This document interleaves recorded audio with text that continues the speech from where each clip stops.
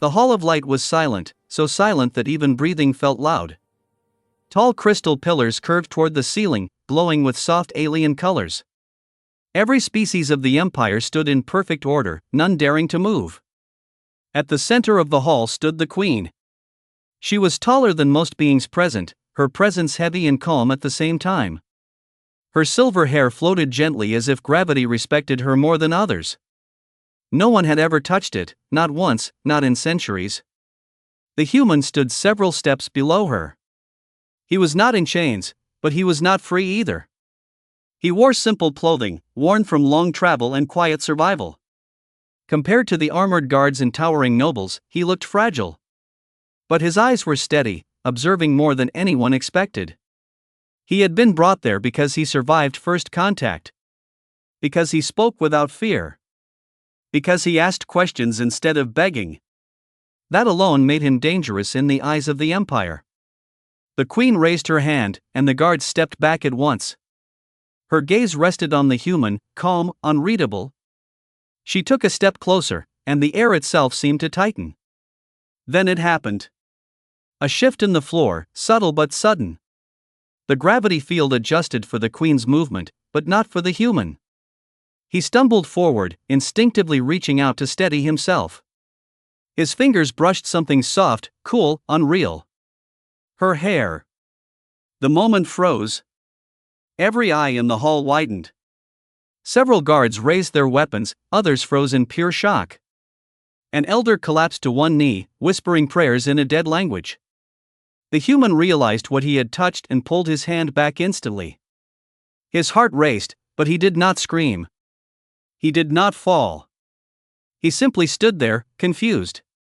Silence stretched until it hurt. Then the Queen spoke. Her voice was not loud, but it filled the hall completely.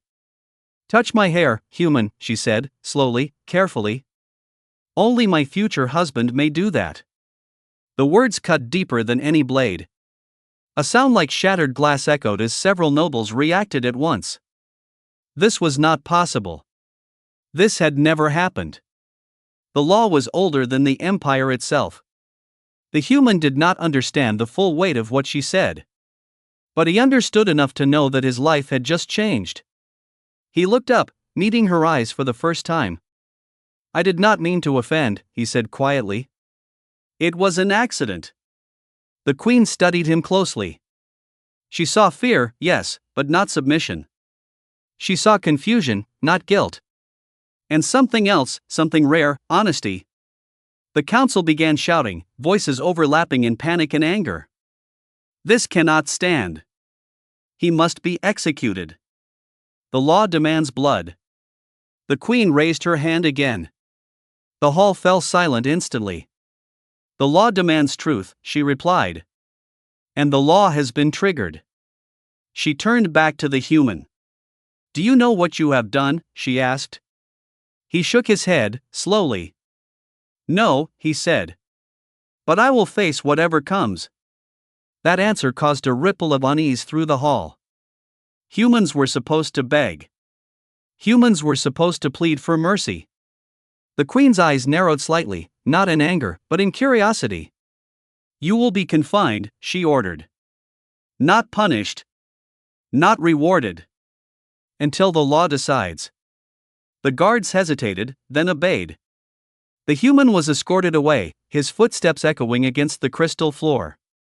He did not look back. As he disappeared beyond the light gates, the Queen remained still.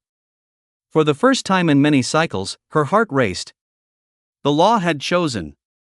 And it had chosen a human. Far away, behind sealed doors, the human finally exhaled. He did not know why the Empire was afraid of him. He did not know why a single touch mattered so much. But he felt it, deep inside. This was only the beginning. And if you want to stay with this story and see where this impossible moment leads, you are gently invited to subscribe to the channel and continue this journey. Because what happens next will shake more than just one world. The Chamber of Judgment was older than the Empire itself. Its walls were carved with symbols no living species could fully read. Lights floated without source, dim and heavy, as if even they feared this place. The human was brought in alone. No chains, no guards touching him, only distance. Every step he took echoed too loudly, reminding him he did not belong here. Around the circular hall sat the High Council. Beings of many forms and sizes, some breathing air, some light, some sound. All of them united by one thing, fear. At the center hovered a glowing symbol. The mark of binding. It pulsed slowly, like a living heart. "This session is not a trial," an elder voice announced. "This is a confirmation." The human stood still, hands relaxed at his sides. He had learned that panic changed nothing. Silence was sometimes the safest armor. A tall counselor leaned forward, eyes sharp, voice cold. "The law you triggered predates stars," the counselor said. "It was written when our species still feared extinction." Images appeared in the air. Ancient queens, ancient rituals, ancient blood. Each image showed the same moment. A chosen one standing before the ruler. "No outsider has ever completed the law," another voice added. "They all failed. They all died." The human felt his chest tighten, but his face stayed calm. "What is this law?" he asked, carefully. A low murmur spread through the chamber. Questions were not expected here. "The law of sovereign bond," the elder replied. "It exists to protect the queen and the empire. It decides who may stand beside her, and who must fall." The glowing mark pulsed brighter. "When you touched her hair, the law activated. Intent is irrelevant." The human frowned slightly. "So I am being punished for an accident," he said. A sharp voice cut through the air.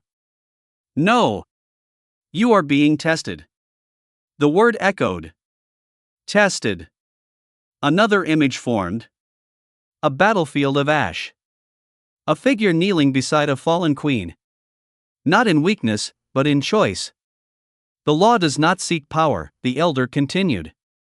"It seeks restraint. Not dominance. Not fear." The council shifted uneasily. This was not meant to be explained so openly. The human looked around the room. "You all seem afraid of your own law," he said quietly. That single sentence caused a stir. Several counselors reacted sharply. But the queen's presence silenced them without her speaking. She stood at the edge of the chamber, watching. Her expression unreadable, her posture steady. Yet something in her eyes had changed. "The law cannot be broken," she said at last. "Not by me. Not by you." The human met her gaze. "Then why does it feel like you are waiting to see if it should be?" he replied. Silence fell again, heavier than before.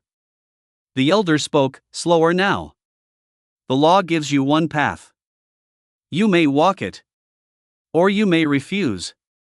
"And if I refuse?" the human asked. "Then your life ends," came the answer, without emotion. No anger, no threat, only fact. The human closed his eyes for a moment. Images of Earth crossed his mind. Crowded cities, quiet nights, a blue sky he might never see again. When he opened his eyes, he did not beg. "I will not kneel to survive," he said. "But I will walk forward to understand." That response unsettled the chamber more than shouting ever could. The glowing mark flared, reacting to his words. For the first time in recorded history, it responded to a human voice. Several counselors recoiled. "That is not possible," someone whispered. The queen stepped closer.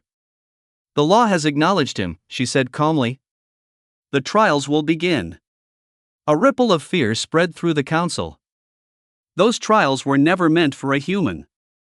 As the human was led away once more, he felt the weight of something unseen settle on his shoulders. Not ownership. Not fate. But choice. Behind him, the council argued in hushed, urgent voices. Ahead of him waited trials designed to break gods. And somewhere between those two forces, a single human walked forward. Unaware that every step he took was rewriting a law no one had ever survived, the chamber where they took him next was not made for comfort. It was wide, empty, and stripped of all color. The floor was smooth stone, cold under his feet. The walls rose high, without doors or windows. Only light panels floated above, watching silently. The human stood alone at the center. No guards near him, no chains on his wrists. That absence felt more dangerous than restraints. Slowly, figures appeared along the edges of the chamber. Members of the High Council, standing at a distance. They did not sit. They did not relax.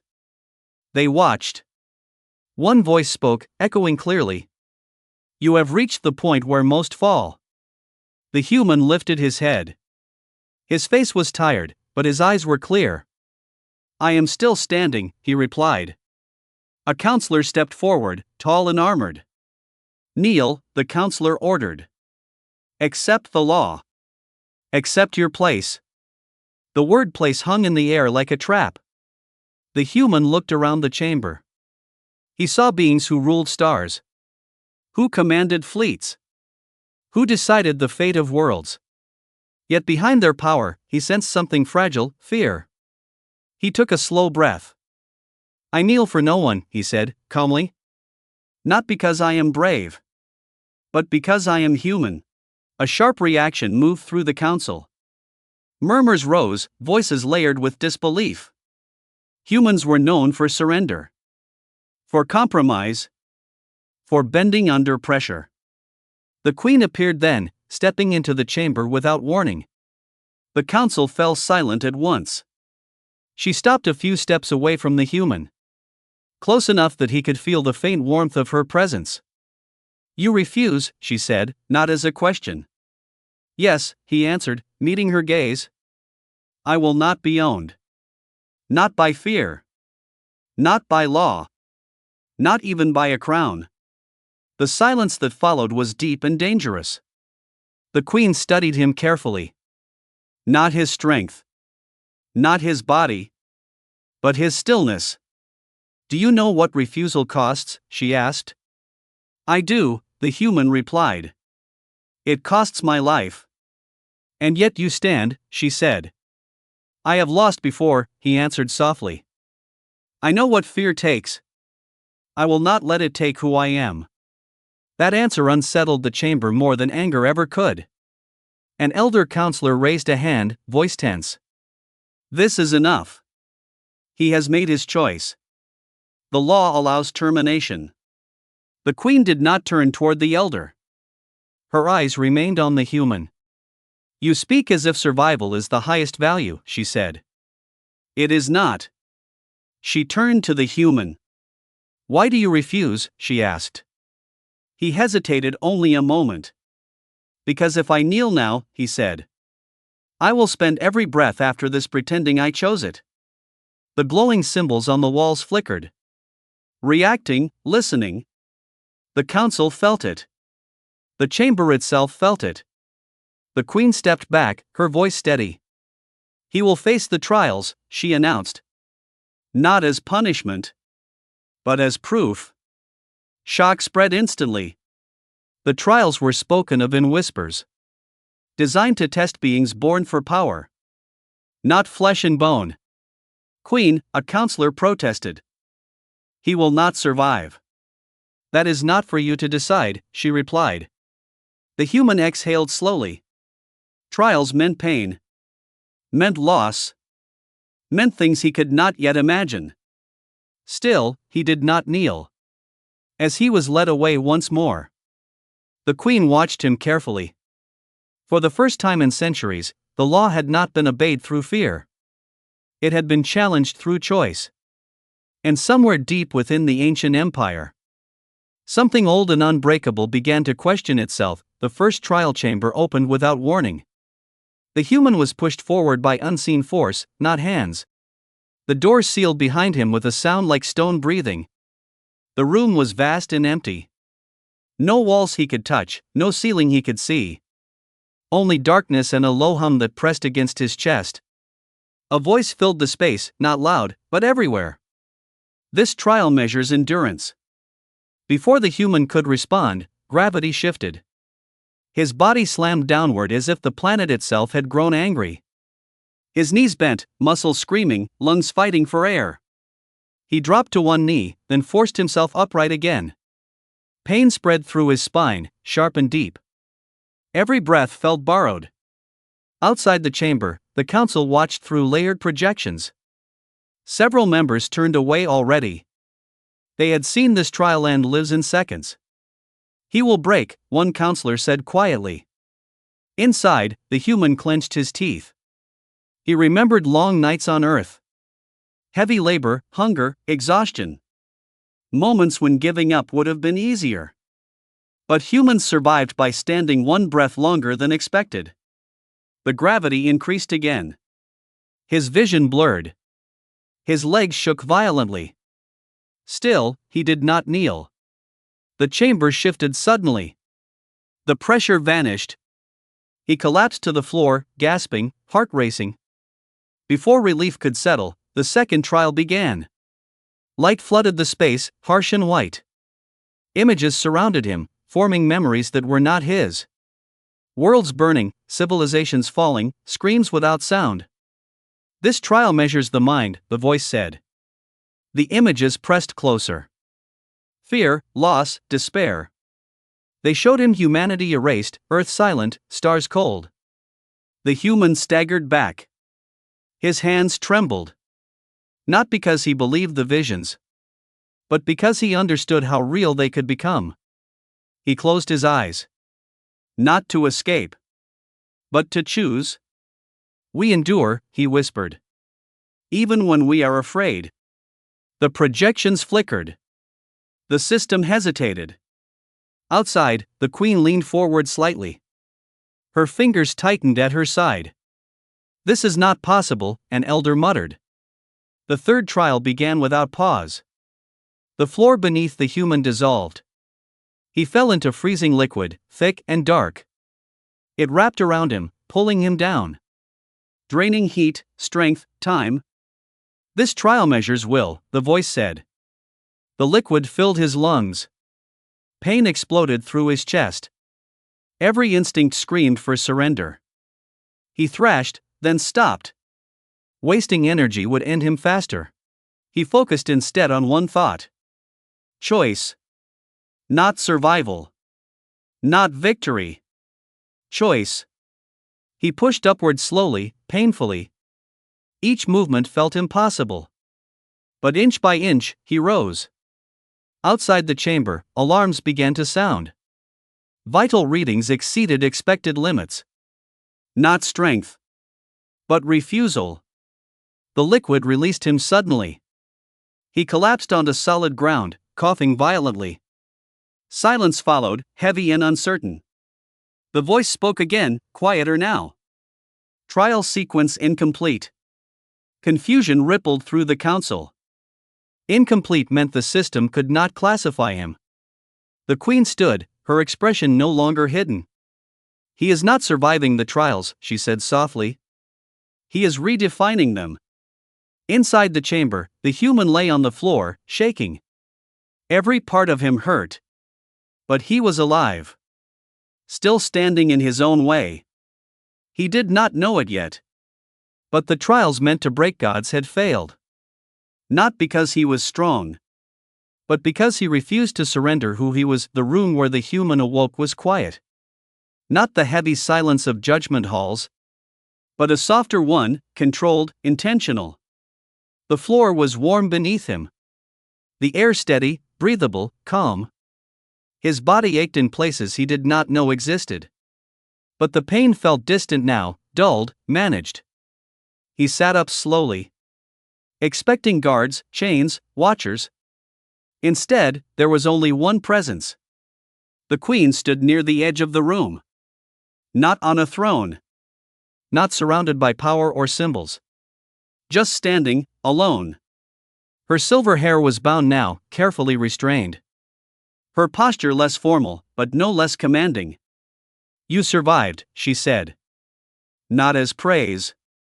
Not as surprise. As fact. "Barely," the human replied, his voice rough. "Was that the point?" Yes, she answered, after a pause. She stepped closer, slow enough that he did not feel threatened. This meeting is forbidden, she said. No record will show it happened. Then why am I here? He asked. Because the law has reached a place it was never meant to reach, she replied. She raised her hand, and the walls shimmered. The room sealed itself completely. No counsel. No observers. Only truth. You think the law is political, she said. Something made to control power. He nodded slightly. That is how it feels. That is only the surface, she replied. The law is older than this empire. Older than my species. She turned away from him, her voice lowering. My kind does not choose partners. We are chosen. He frowned, listening closely. Our biology, our minds, our longevity, she continued. They require balance. Without it, we decay. Slowly. Quietly. She looked back at him then. For centuries, the law chose rulers. Strong. Clever. Powerful. And every one of them failed. The human felt a tightness in his chest. Failed how? He asked. They ruled well, she said. They conquered. They expanded. But they lost restraint. They lost empathy.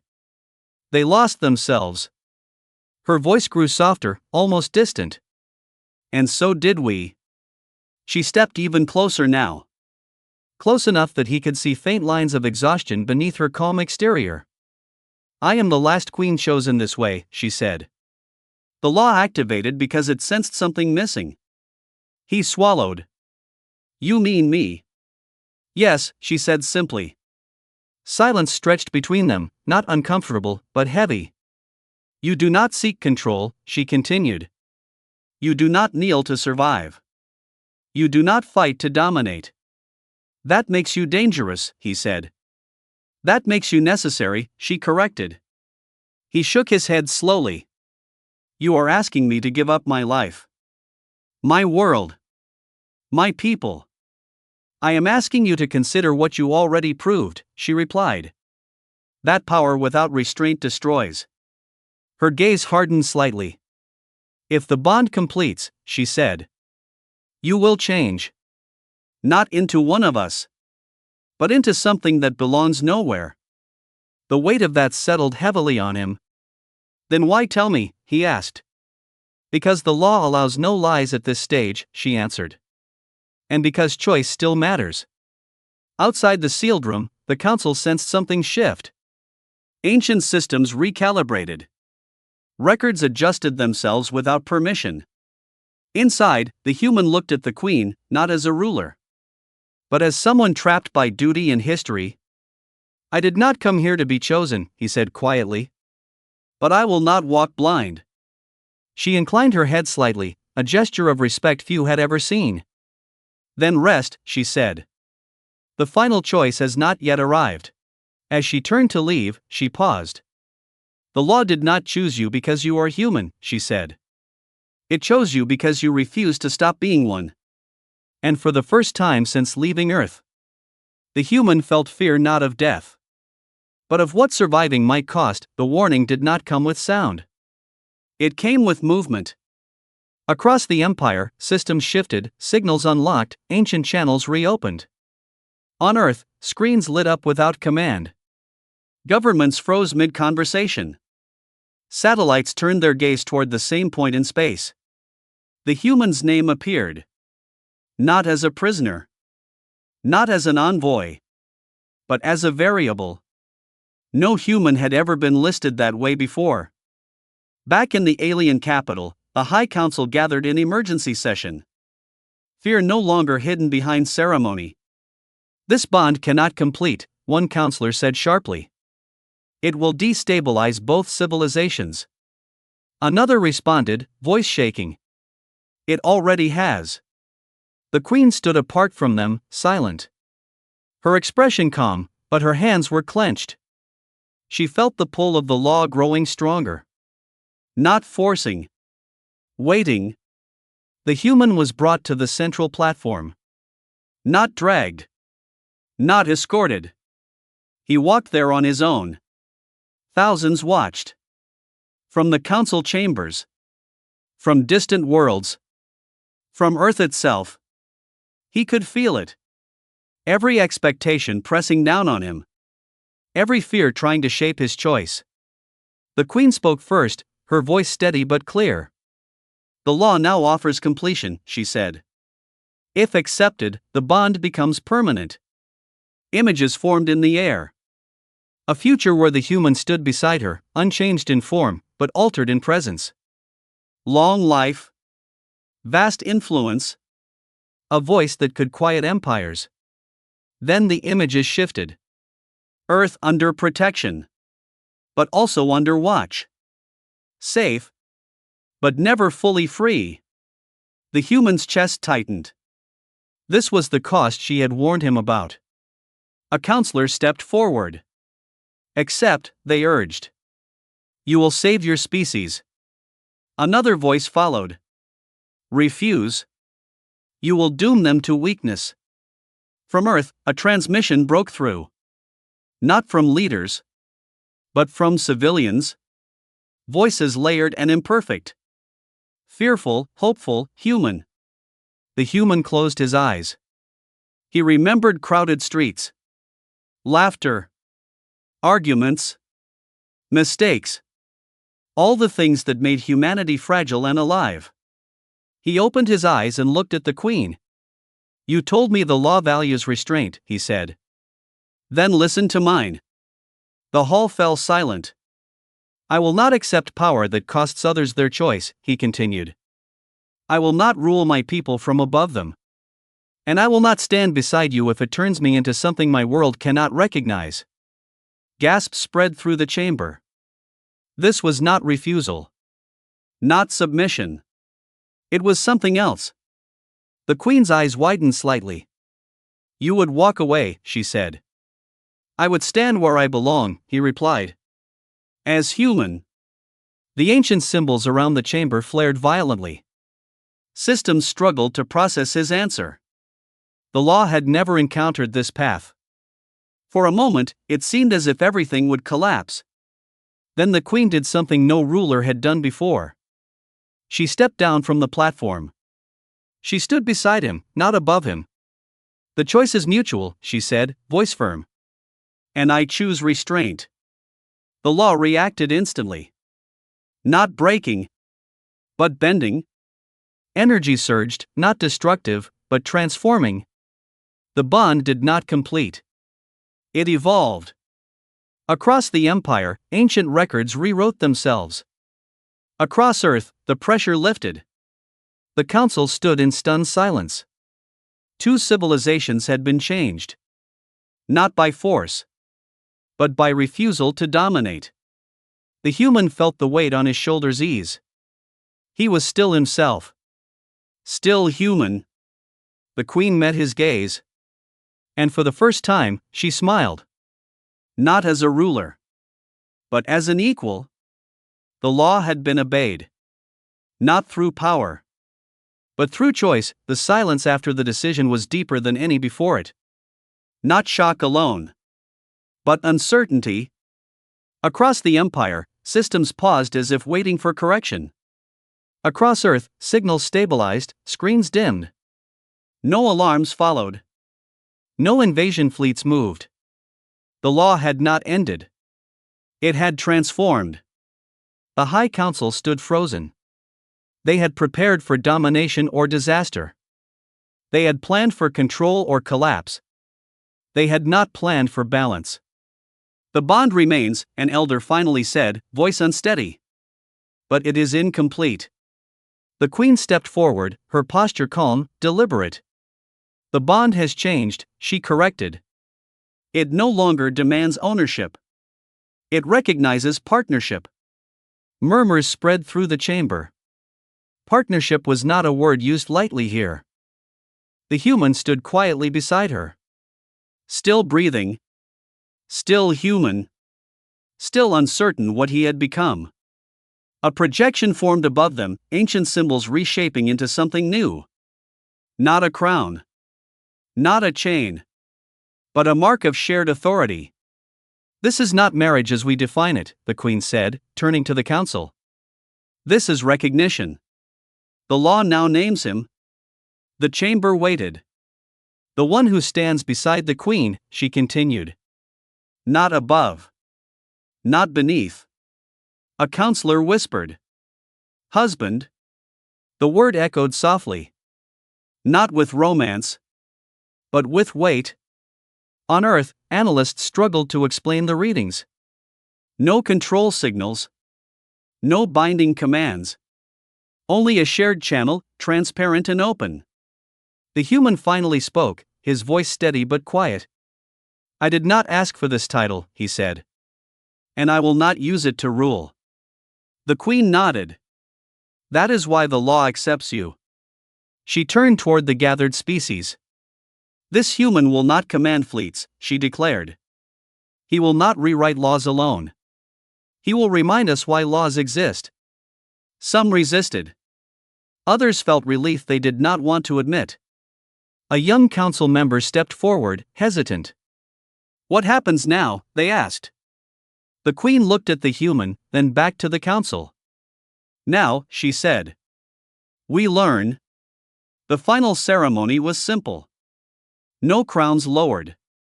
No vows spoken. Only presence. The human placed his hand over his chest, a gesture from Earth. The Queen mirrored it, not copying, but understanding. The law settled, not loud, not violent. Like something ancient finally allowed to rest. As the gathering dispersed, the human felt the weight of expectation fade. He was not a symbol of conquest. Not a weapon. Not a ruler. He was proof. On Earth, people watched the final transmission. Not cheering. Not afraid. Just quiet. The Queen walked beside him as they left the chamber. You are not what anyone expected, she said softly. He gave a small, tired smile. Neither are you. Together, they stepped into a future without a script. Where two civilizations would have to grow instead of dominate. And the law that once demanded obedience now carried a different truth.